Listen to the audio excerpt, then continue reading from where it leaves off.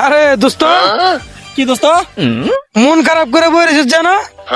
আরে দোস্ত কি কইতাম, আজ যে আবার আমার বাড়িতে আমার ঘরে হাইকোর্ট বসিল। কি কইলি?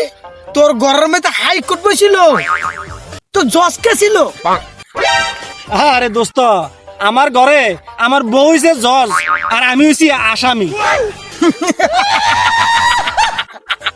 আইনজীবী কে ছিল? আরে দোস্ত, আমার ঘর সে নিজে জজ, নিজে উকিল, আর আমি শুধু অপরাধী। আরে দোস্ত, তাই নাকি? তাহলে মামলার অভিযোগ কি? আরে দোস্ত, অনেক বড় অপরাধ আমার।